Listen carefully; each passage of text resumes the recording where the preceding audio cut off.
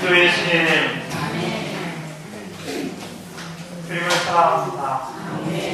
이 시간도 또 당신의 임재 안에 또 당신의 공급을 누리기 원합니다.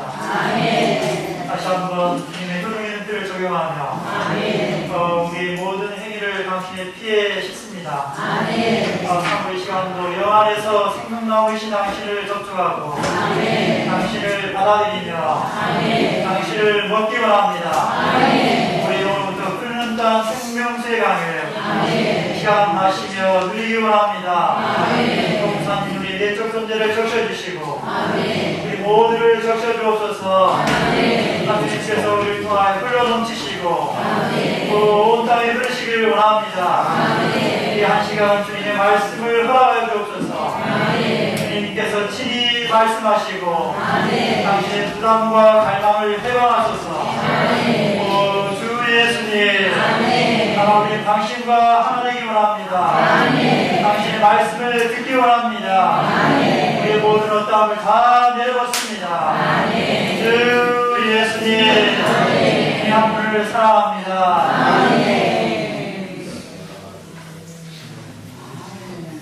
반갑습니다. 오늘은 그 메시지 순서가 조금 다릅니다. 지난주에 저희가 8번 부분에서 7번이 빠졌습니다. 그래서 첫 번째 시간에는 7번을 보충을 하고요. 그다음 둘째 시간에 이어서 임재를 통해서 10번 메시지를 바로 하도록 하겠습니다. 먼저 성경을 펴보시기 바랍니다. 창세기 2장 10절부터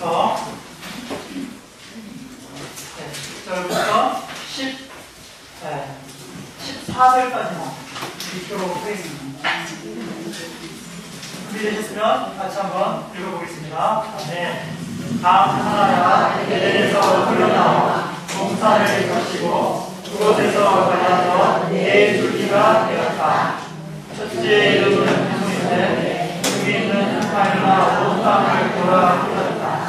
그 땅의 기운은 질이 좋았으며 그곳에는 에델용과 나무도 또 있었다.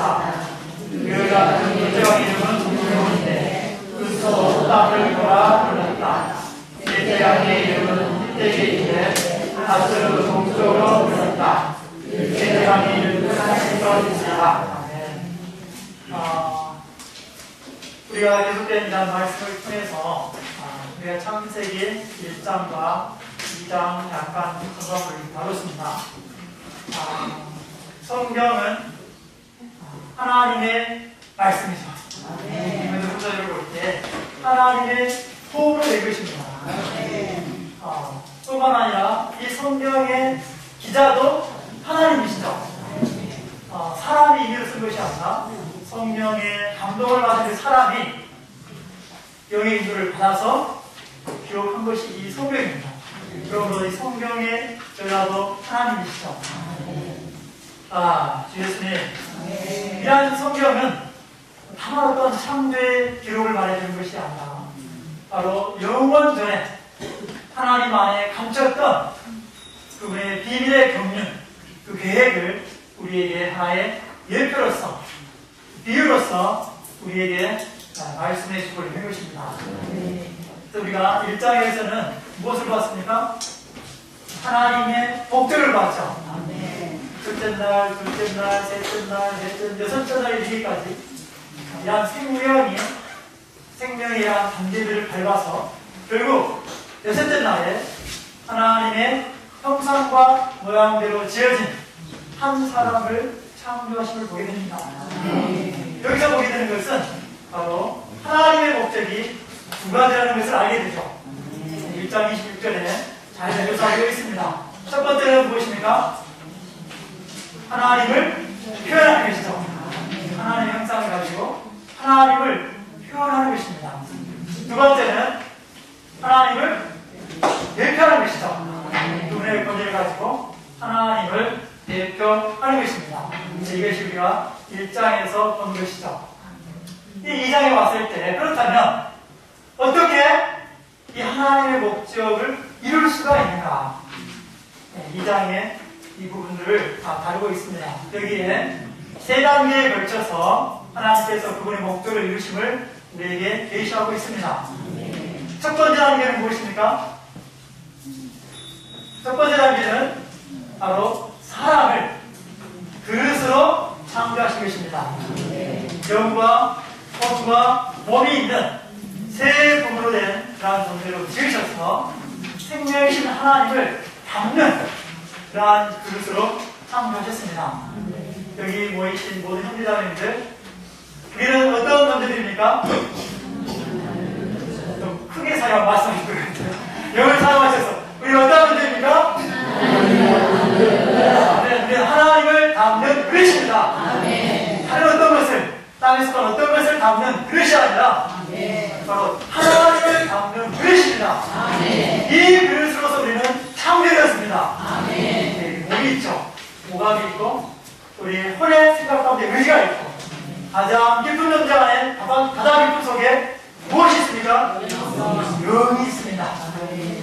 하나님이 창조하신 다른 동물들에게는 영이 없지만 사람에게는 영이 있습니다. 하나님의 생명의 호흡을 불어넣었을 때 그 호흡이 사람 안에서 영이 된 것입니다. 할렐루야! 우리는 영을 사용하여서 하나님을 정착할 수 있습니다. 하나님을 받아들일 수 있습니다. 하나님을 담을 수 있습니다. 하나님 우리는 먹고 마시고 소화하고 흡수하여서 하나님으로서 먹을 수가 있는 것이죠. 그릇은 지어졌어요. 근데 담아야 할 내용은 아직 바깥에 있습니다. 그래서 하나님께서 이 세 부분으로 된 이 그릇을 어디에 두셨습니까?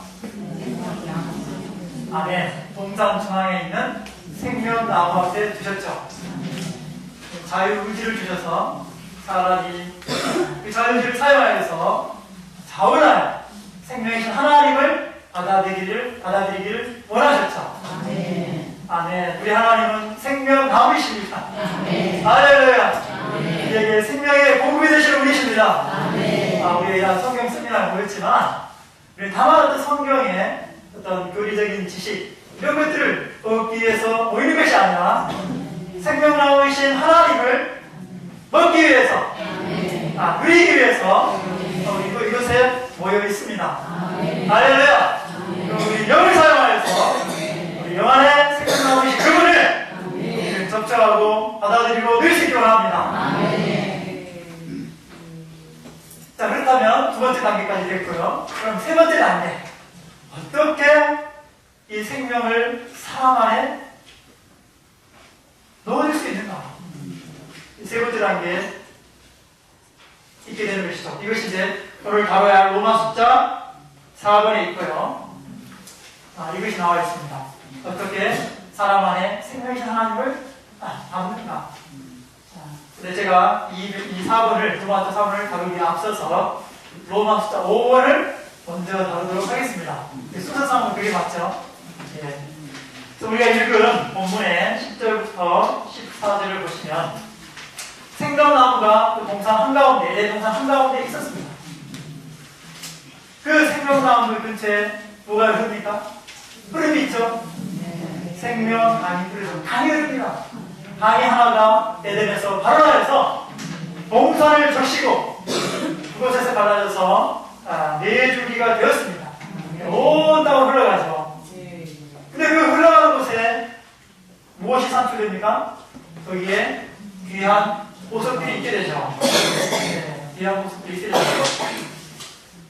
거기에 첫 번째 금이 있고, 두 번째 베델리엄이 있고, 식물성 진주죠. 네 번째는 호망과 이렇게 되죠. 여기서 나무 보석이라고 이렇게 해석을 했습니다. 성경 시작에 여기에 생명나무가 있고 생명강이 있고 그들 가운데 산출된 건축을 위한 귀한 세 종류의 보석이 있을 뿐만 아니라 성경 제일 마지막에 계시록 21장과 22장을 볼 때 동일하게 이런 항목들이 있는 것을 보게 됩니다. 2장에 보면은 하나님과 어린 양의 보좌로부터 생명수의 강이 흘러내리고 있습니다. 그 흐름의 강 좌우에 생명 나무가 자라나고 있죠. 그 흐름을 따라서 강 좌우에. 그럼 이 생명나무는 덕불식물이죠. 그리고 이 생명나무가 달달이 열매를 맺습니다. 아멘. 그리고 그 성을 건축하는 주된 재료가 무엇입니까? 거기에 기초를 형성하는 금이 있고, 성벽과 그 기초를 형성하는 귀한 보석들이 있죠. 그 다음에 무엇이 있습니까? 그 성문은 무엇으로 되어 있습니까? 진주로 되어 있습니다. 우연한 일치겠습니까? 창세기 2장에 있는 이러한 것과 계시록 21장, 22장에 이러한 것은 우연의 일치가 아니라 바로 하나님의 이러한 청사진을 창세기 2장에서 보여줄 것이고 21장과 22장은 그 청사진을 따라서 완성된 한 건축물을 우리에게 보여주고 있는 것입니다. 동사는 창조에 속한 것이죠. 창조에 속한 것입니다. 그러나 성은 건축이 하나의 건축입니다. 그러므로 오늘날 하나님은 창세기 2장부터 시작하셔서 수십 세기를 거쳐서 어떤 일을 하고 계십니까? 건축의 일을 하고 계시는 것입니다. 이 신성한 흐름에서 창출된 이러한 재료들을 사용하셔서 그분의 영광을 나타내는 거룩한 성, 새 예루살렘을 오늘 건축하는 일을 하고 계신 것입니다. 오늘 온 인류는 이거에 대해서 관심이 없죠. 심지어 본받은 그리스도인들조차도 이런 거에 대해서 무지합니다. 그들은 구원받고 나서 어디 가는 것이 목표입니까? 불모지 안 가고 천당 가는 게 목표예요. 그리고 이 땅에 살 때 그렇죠. 어려움 없이 물질적으로 부조함 없이 건강하게 행복하게 자녀들이 잘 되고 사업도 잘 되고 이렇게 살다가 인생을 마친 다음에 천당 가는 것을 소망 삼고 있습니다. 과연 그렇습니까? 그렇지가 않습니다. 이제 다루게 되겠습니다. 자, 그러면 로마 숫자 5번을 같이 한번 읽어보기를 원합니다. 생명의 흐름 안에서의 건축을 위한 변화. 2장 12절에 보면은 그 흐름 가운데 금과 베델리엄과 나무보석이 있었습니다. 여기서 첫째 산출된 그 재료는 금이죠. 금은 무엇입니까? 무엇을 상징하는 것입니까? 하나님의 신성한 본성을 가리키고 있습니다. 사실 금은 가장 귀한 보석이죠. 귀한 그 광물질입니다. 그죠? 금속이죠. 가장 귀한 금속입니다. 가장 값어치가 있죠. 그리고 이거는 어떤 것이 변화된 것이 아닙니다. 그냥 창조된 그 자체죠. 그리고 금의 그 특징은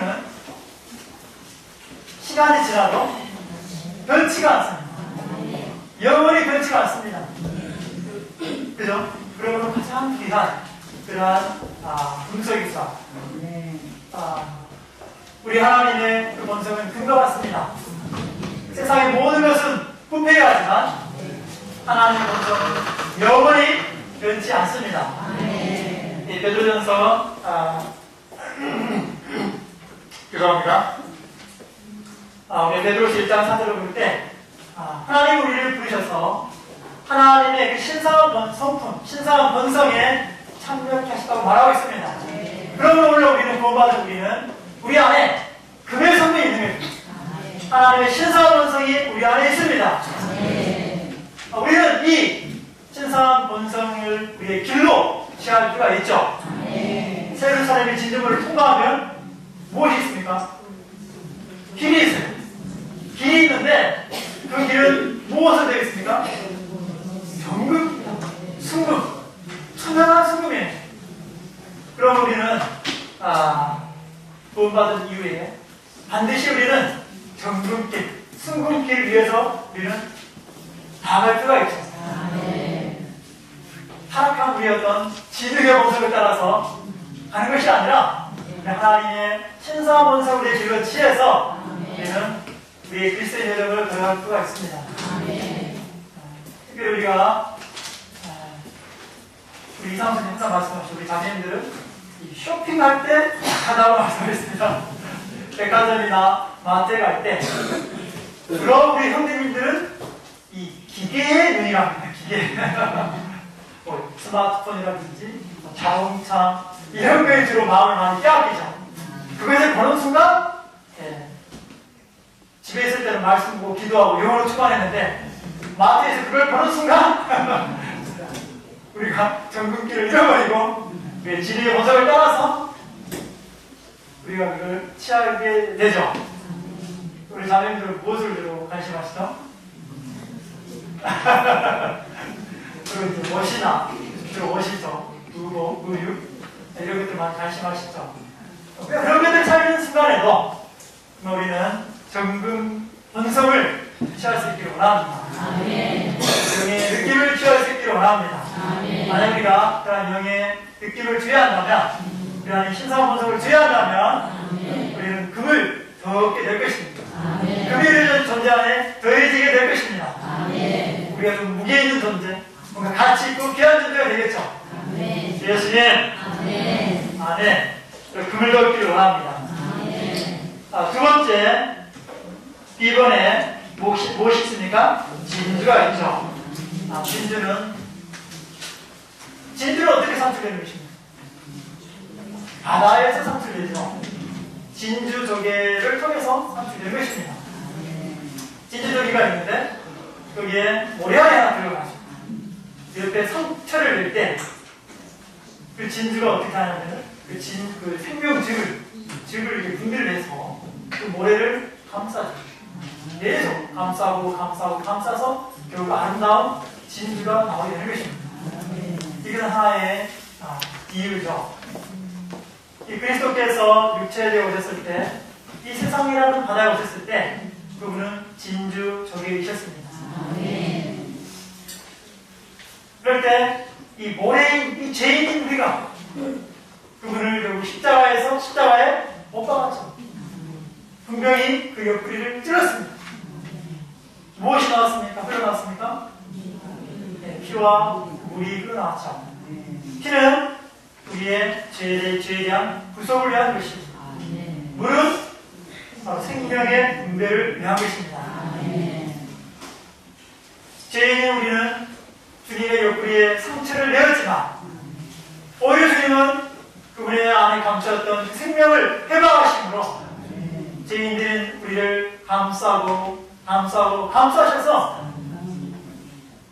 귀한 진주가 되게 하신 것입니다.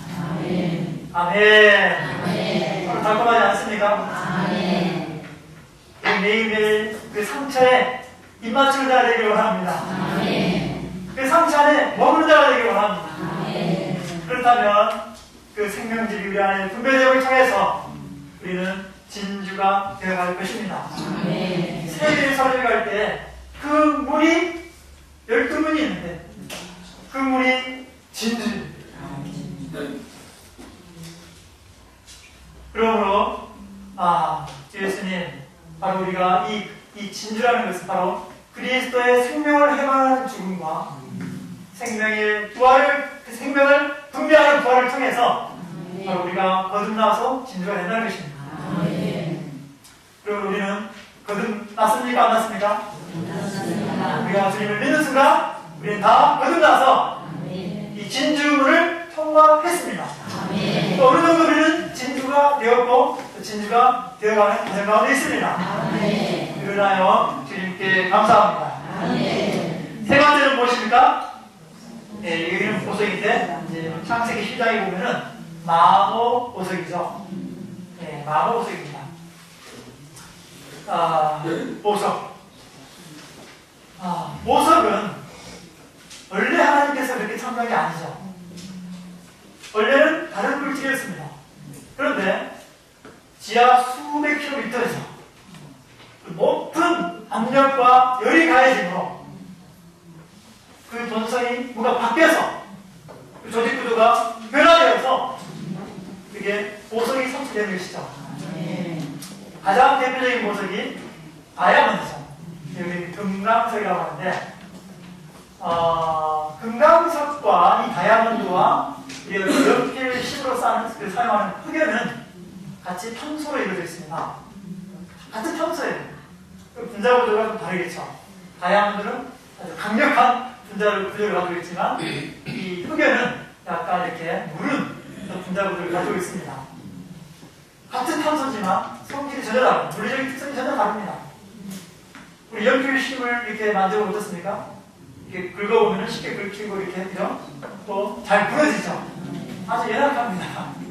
그죠? 근데 이게 여기에 높은 열과 압력을 가하게 되면 그게 바뀌어서 다이아몬드가 되는 거예요. 오늘날 이 인조 다이아몬드가 있습니다. 인위적으로 그러한 환경을 조성을 해서 다이아몬드를 만들어서 공업용으로 사용을 하고 있거든요. 이것은 하나의 좋은 예화가 될 것입니다. 우리는 진흙으로 창조된 자들입니다. 그런데 진흙 그 자체로는 우리는 하나님의 건축을 위한 재료들이 될 수가 없죠. 그러면 하나님은 우리의 그리스도인 여정 가운데서 이러한 열과 압력이 있는 환경들을 안배하시자.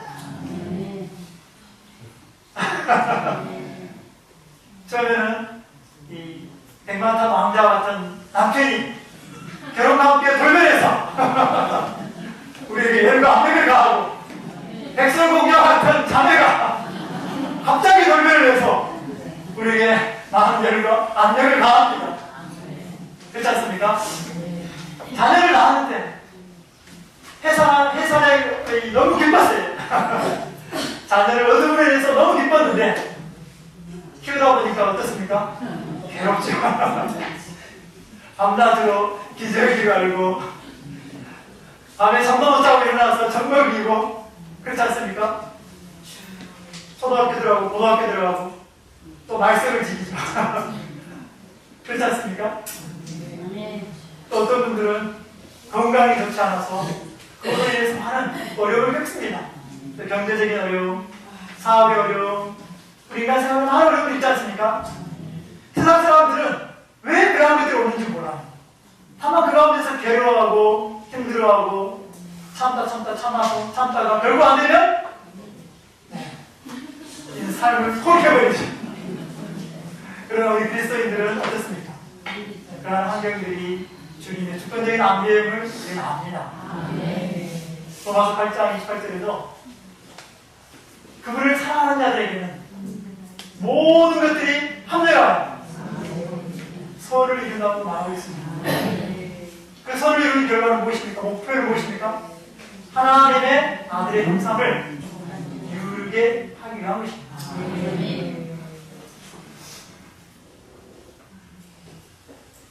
그러므로 우리는 환경에 왔을 때 물론 괴롭고 힘들고 낙심이 되겠지만 이러한 말씀 안에 있는 이러한 빛비춤과 계시를 위해서 우리 주님께 돌이키는 자가 되기를 원합니다. 우리 전체 주님 앞에 열어드리는 자가 되기를 원합니다. 생명의 흐름이 안에 흘러들어올 수 있도록 열어드릴 수 있기를 원합니다. 생명이 흐를 때 그 열과 압력이 있는 환경을 통해서 우리는 귀한 금강석 다이아몬드가 되는 것입니다. 창화한 성분들이 점점 배출되어지고 새로운 성분이 안에 더해짐으로 하나님의 건축을 위한 귀한 재료가 될 수 있는 것이죠. 이 고린도 전서에서도 우리가 이 하나님의 성전인 교회를 건축할 때 주의하고 있습니다. 그죠? 거기에 가치 있는 재료가 있고 가치 없는 재료가 있습니다. 나무와 풀과 집과 같은 가치 없는 재료로 건축을 해서는 안 된다고 말합니다. 나무는 무엇입니까? 우리의 탁월한 생명에서 나온 것입니다. 아무리 그 사람이 영향이 있고 주님을 향하여 열심히 따를지라도 그 주님을 향해 많은 일들을 이룰 수 있겠지만 그것이 그의 탁월한 생명에서 나온 것이라면 그것은 무엇입니까?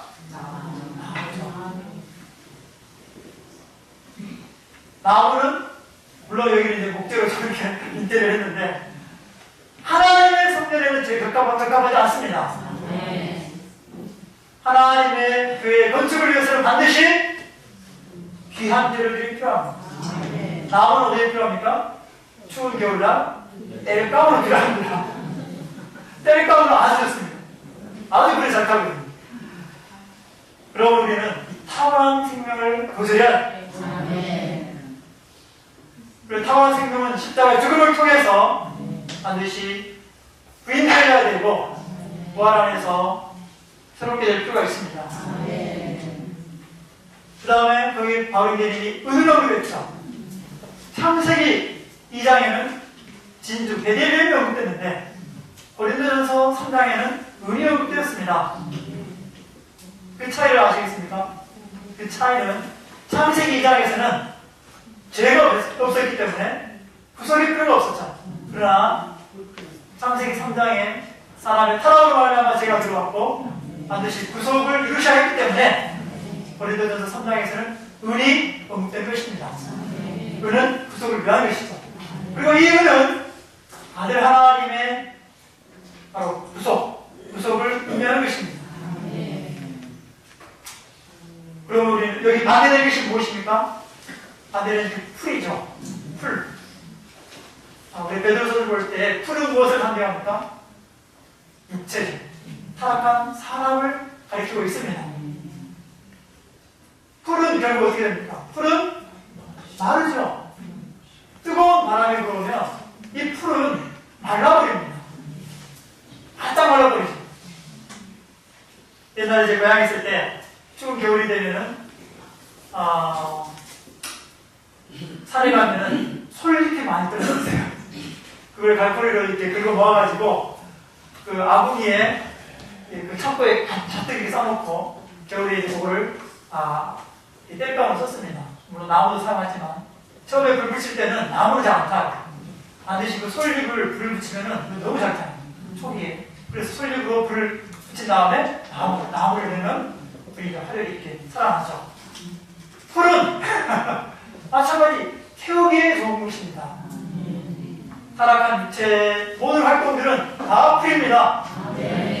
그러면 이 육체 모든 행체를 죽음에 넘길 필요가 있습니다.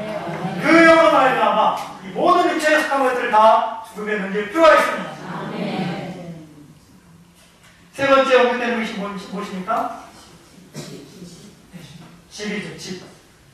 집은 곡식을 다 털고 나서 남아있는 빈 껍질이죠. 그래서 집을 어디에 쓰겠습니까? 쓸 데 있습니까? 요즘 염을 쓸 때, 염을 할 때도 쓰긴 쓰죠. 그러나 이것도 결국은 쓸모없는 거예요. 쓸모없는 것들입니다. 그래서 하나님의 교회 건축을 함에 있어서 우리가 나무나 풀이나 집, 생명이 없는 어떤 것, 성령에 변화시키는 일이 없는 어떤 것으로 교회 건축하는 것은 하나님을 욕되게 하는 것입니다. 누군가 와가지고 제 얼굴에다가 여기다가 풀 얹어놓고 집 얹어놓고 잔뜩 이렇게 하다면은 그거는 저를 못 오가는 것이죠. 그러므로 고린도전서 3장 17절에서 누구든지 하나님의 성령을 더럽히는 자, 멸하는 자, 부패시키는 자, 결국은 하나님의 심판을 받게 된다고 말하고 있습니다. 그럼 우리는 교회 건축에 주의할 필요가 있습니다. 반드시 우리는 3일 하나님에 속한 금, 은, 보석으로 이 교회를 건축할 필요가 있습니다. 특별히 이 지체들 가운데 이 타원한 관계가 있습니다. 천연들의 애정의 관계가 있습니다. 우리 이런 것들 다 주의할 필요가 있습니다. 친근하긴 한데 그거를 건축이라고 말할 수 있습니까? 어떤 면에서 많은 부분이 탁월한 생명에 속한 부분이 많습니다. 그냥 다만 좋은 어떤 인간관계, 영적인 관계가 아니죠. 이런 것들은 결코 건축이 아닙니다. 우리는 이러한 재료들로 건축하는 것을 주의하고 귀한 재료로 우리는 하나님의 건축을 하는 자가 되기를 원합니다. 하나님의 건축에서 반드시 우리가 변화되어야 합니다. 변화되지 않고서는 결국 우리는 건축의 재료들이 될 수가 없습니다. 변화되지 않고서는 결국 우리는 서로 간에 건축이 있을 수 없습니다. 여기에 변화의 사상이 있죠. 고린도전서 3장에 보면은 앞부분에 어떤 하나님의 농장에서 식물을 자라게 하는 것이 나옵니다. 바울이 말씀하셨죠. 나는 심었고 아볼로는 물을 줬고 하나님은 자라게 하십니다. 뭔가 식물이 자라잖아요. 근데 이어서 바울이 뭐라고 하십니까? 우리는 하나님의 건축이라고 말합니다. 그죠? 그 건축에 관해서 이야기하고 있습니다. 그 말은 여기에 식물이 광물로 변화되는 어떤 변화의 상상이 있다는 것이죠. 식물이 광물로 변화되었습니다. 실제로 자연계에 그런 예가 있죠. 규화목이 있습니다. 규화목은 그냥 원래 나무였죠. 허물의 나무였습니다. 근데 이 나무 옆에 이 강이 흐르는데 그 흐름 안에 많은 강물질이 있습니다. 이 나무가 그 강물질을 빨아들여서 흡수해서 그 존재하는 그 조직 안으로 그 강물질들이 조성되는 거예요. 결국 나무가 규화목이 되었습니다. 하나 쉽게 말해 돌이 된 거예요. 저기 아리조나인가요? 거기 가보면 규화목 단지가 있습니다. 허벌판에 나무들이 이렇게 이뚱치만 남아있는데 겉에서 보면 분명히 나무예요. 나무 화석이에요. 분명히 나무 형태를 하고 있단 말이에요. 근데 가까이 가서 보면은 단단한 돌이 됐어요. 딱 잘라내면은 아주 그게 아름다운 하나의 보석처럼 아주 아름답습니다. 아멘. 우리는 이러한 하나님의 농장에서 자라는 식물일 뿐만 아니라 신선한 흐름 안에 우리가 머물므로 우리는 변화되어서 그런 귀화목들 하나님의 건축을 위한 귀한 그런 재료들이 될 수 있습니다. 감사합니다. 이 변화는 외적인 어떤 바뀜이 아니라 우리 존재 안의 생명에 의한 내적인 신진대사적인 변화죠. 신진대사적인 변화라는 것은 바로 생명에 의해서 어떤 생명의 요소가 우리 안에 대지를 통해서 우리의 옛 요소가 배출되어지고 우리가 새로운 요소가 우리 안에 더해짐으로 어떤 존재에서 또 다른 존재로 바뀌는 것을 말하고 있습니다. 어떤 존재로 바뀌는 것입니까? 바로 하나님의 받아들이신 그리스도의 형상으로 바뀌는 것입니다. 고린도서 3장 18절을 볼 때 우리가 다 수고를 거스르고 그분의 영광을 받아봅니다. 그때 우리는 영광에서 영광으로 변화되어 그분과 같은 형상으로 변화된다고 말하고 있습니다. 할렐루야! 우리가 변화되기를 원하고 변화의 가정 가운데 있기를 원합니다. 결국 이러한 흐름 안에서 창출된 이러한 제도를 통해서 하나님의 구속된 백성들은 함께 건축될 수가 있게 될 것입니다. 아멘. 건축. 그런 다음에 창세기 우리가 2장 18절부터 넘어가 18절부터 23절까지를 다루도록 하겠습니다. 로마서 4번이죠. 시간이 없기 때문에 바로 말씀을 제가 나누도록 하겠습니다.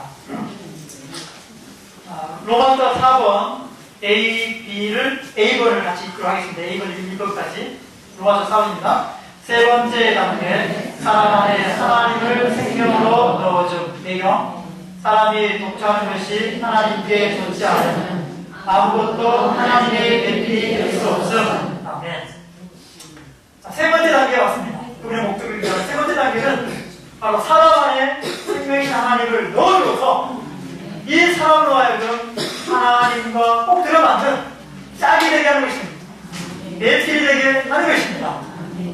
근데 여기에 18절에 보면은 하나님께서 아담을 창조하신 다음에 그를 바라보았습니다. 그런데 하나님 보시기에 혼자 있는 것이, 독주하는 것이 좋지가 않았어요. 또 이런 말 있지 않습니까? 총각사정은 총각이 아니죠.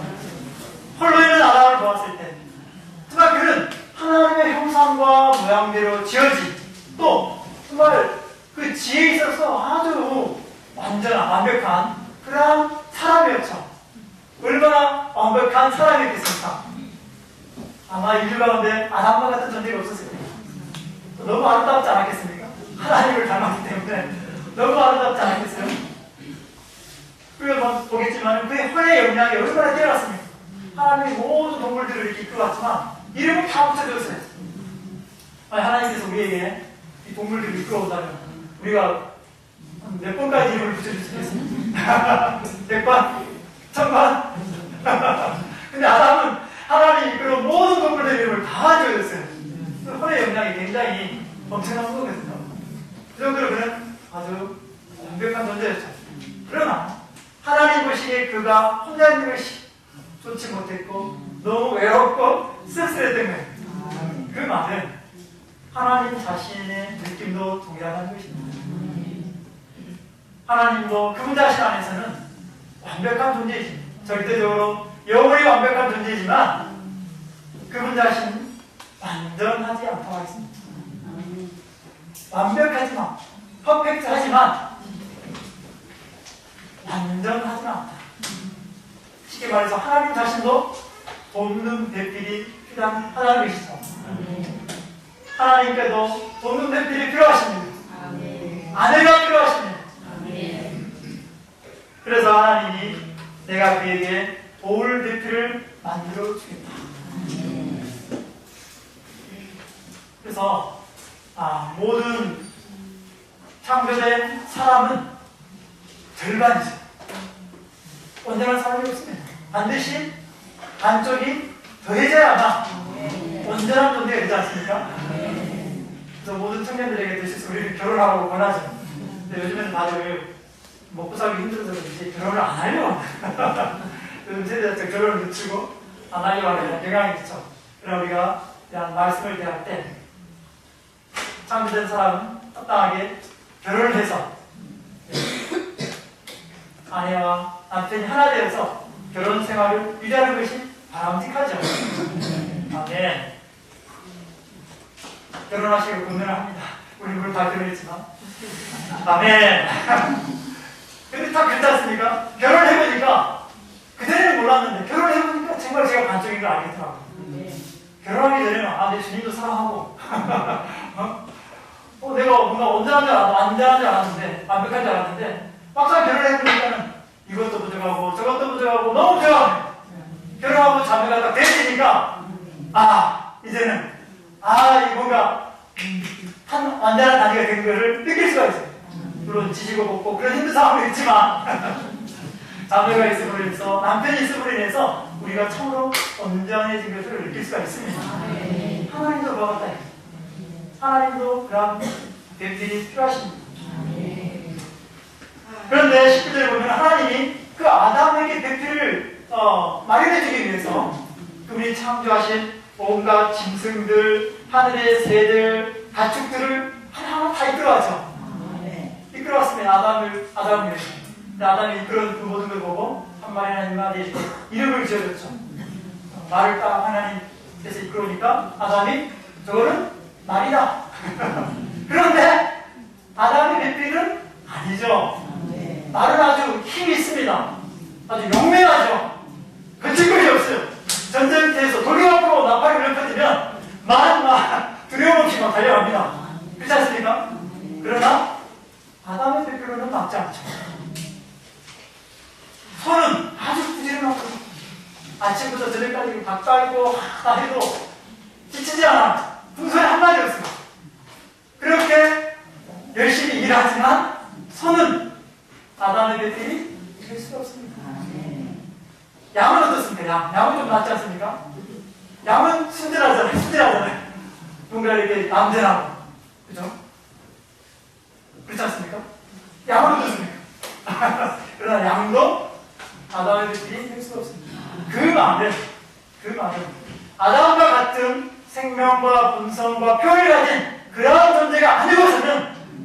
아담의 배필이 될 수 없다는 것이죠. 아멘.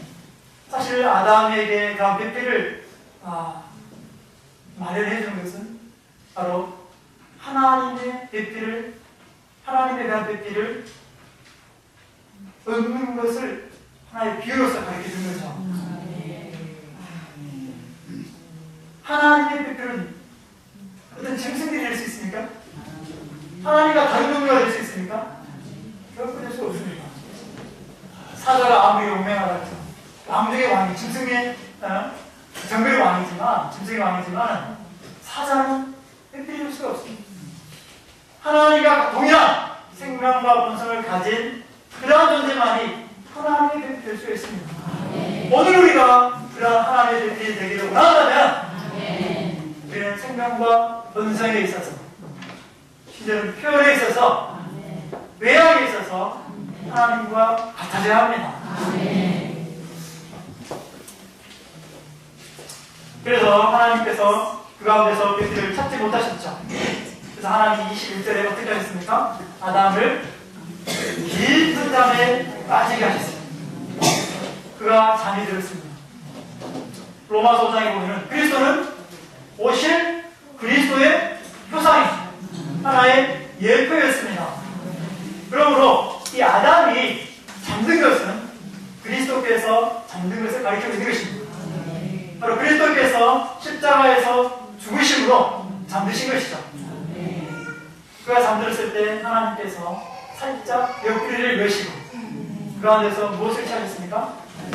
갈빗단화를 취하셨습니다. 갈빗대를 취하셨습니다.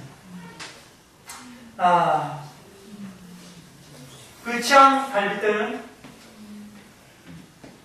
무엇입니까? 바로 그리스도의 생명, 그리스도의 부활 생명이죠. 결코 파괴할 수 없는 영원한 부활 생명을 가리키고 있는 것입니다. 하나님은 그러한 그리스도 안에 있는 그러한 생명을 취했죠. 어디서요? 십자가 위에서 분명히 창으로 찔렀죠. 물과 피가 쏟아졌습니다. 피는 구속을 위한 거지만 그 물은 바로 하와가 그리스도의 대표를 건축하기 위한 그러한 부활 생명입니다. 주님이 십자가에서 그 옆구리가 열려주심으로 그러한 부활 생명을 해방하시면서 찬양합니다. 근데 주님이 죽으셨을 때, 특별히 주님이 죽으셨을 때 같이 옆에 달려있던 그 범죄자들이 2명 있었습니다. 그래서 유대인들이 안식일 날 그러한 그 시체가 매달리는 것을 원치 않았기 때문에 아직 이들이 죽지 않았다면 그 다리뼈를 꺾어서 빨리 죽게 하려고 군병들에게 그 요청을 했죠. 다리뼈를 꺾어달라.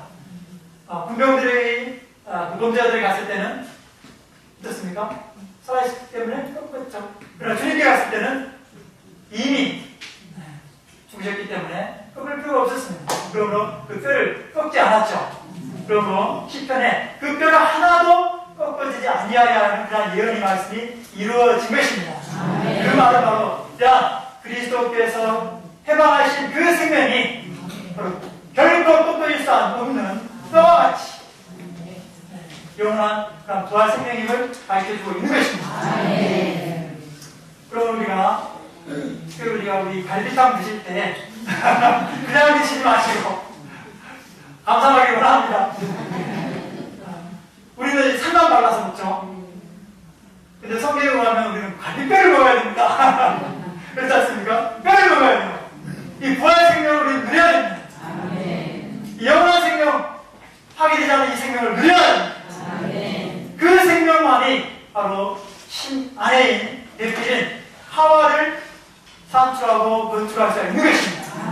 그 주님께서 십자가에서 해방하신 그 생명으로 말미암아 교회가 산출되는 것을 볼 수가 있습니다. 그러니까 뿐만 아니라 이 생명을 통해서 오늘 주님은 그분의 교회를 건축하고 계시죠.